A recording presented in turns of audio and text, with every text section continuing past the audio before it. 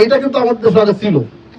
এইটা ওই যে আপনার আগে প্রধানমন্ত্রী হাসিনার সময় এটা সালাকি করিয়া মনে করছে আমি ক্ষমতা থাকবো সারা জীবন, এটা কোর্টে কান্দে বন্ধুটা রাখিয়ে ফাঁদে দিচ্ছে। এই তো মারামারি লাগছে একবারে 18 সালে রাইতের ভোট দিনের ভোটাইতে হয়েছে। আবার 14 সালে 151 জন এমপি এই ভোট ছাড়া হয়ে গেছে না, আমার আপনার কাছে কিন্তু আসতে হয়নি। এইরকম যাতে না হয়, একটা স্বচ্ছ সুন্দর ইলেকশন হয়। হ্যাঁ, যে ঠিক আছে ইলেকশন হইলো, যেই পাস করুক, জনগণ দ্বারা ভোট দেবে সেই পাস করবে।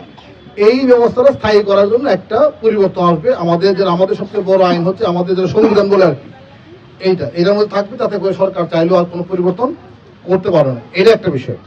আরেকটা হচ্ছে এই যে ইলেকশন কমিশন যারা আয়োজন করে, এই ইলেকশন কমিশনে কারা কারা থাকবে, এটা সরকারি দল যারা থাকে তারা চাইতে আমার লোক থাকে, আমার ঘরের লোক, আমার দলের লোক, তাহলে হবে কি আমার পক্ষে কাজ করবে।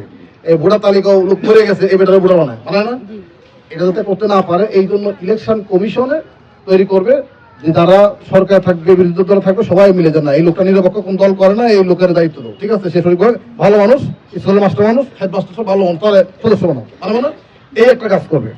আর একটা কাজ হইলো এই যে আমাদের মতো সরকারি কর্মচারী যে নিয়োগ দেয়, এরা হলো সরকার কি চাই জানেন, তারা চায় যে তার দল যারা করে এই লোক চাকরি পাইলে তার মতো করে সুবিধা, তাহলে তার কথা শুনবে, যদি তার দলের লোক হয় তাহলে সুবিধা, যা করবে তাই শুনবে না এরকম।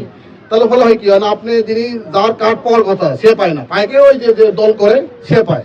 কারণটা কি, আমি তো দলীয় লোক, তাহলে আমার এই যে যারা নিয়োগ দেয় আমার মতো অফিসার যারা নিয়োগ দেয়, এটাকে বলা হয় পাবলিক সার্ভিস কমিশন, একটা সংস্থা আছে সরকারের, এরা হচ্ছে নিয়োগ চাকরি যারা দেয় আর কি। তো ওরা যাতে ভালো লোক নিয়োগ দেয় এই জন্য একটা কিছু পরিবর্তন আসবে।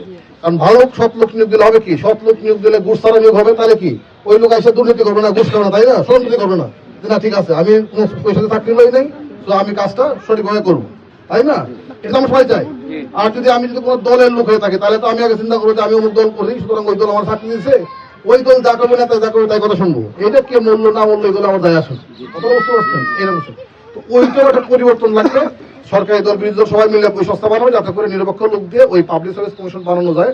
এইটা যাতে আপনার হচ্ছে যে মানে ভালো লোক নিয়োগ দিয়ে সরকার, তাহলে ঘুষ দুর্নীতি কমবে। আরেকটা বিষয় হলো সরকার ক্ষমতা থাকার জন্য আজীবন মানে যা খুশি তাই করতে পারবে না, কথাটা বুঝতে পারছেন। যেমন আমাদের আগে যেটা হয়েছে কি, হাসিনা 15 বছর একটা মনে করছিল যে 41 সন পর্যন্ত সেই ক্ষমতা থাকবে, আর কেউ দেশে ক্ষমতা হবে না, এইটা জন্য চাইলেই করতে না পারে। এবং এই জন্য যেটা করছে কি, মানে প্রধানমন্ত্রী বড় দল হইতে পারে 10 বছর।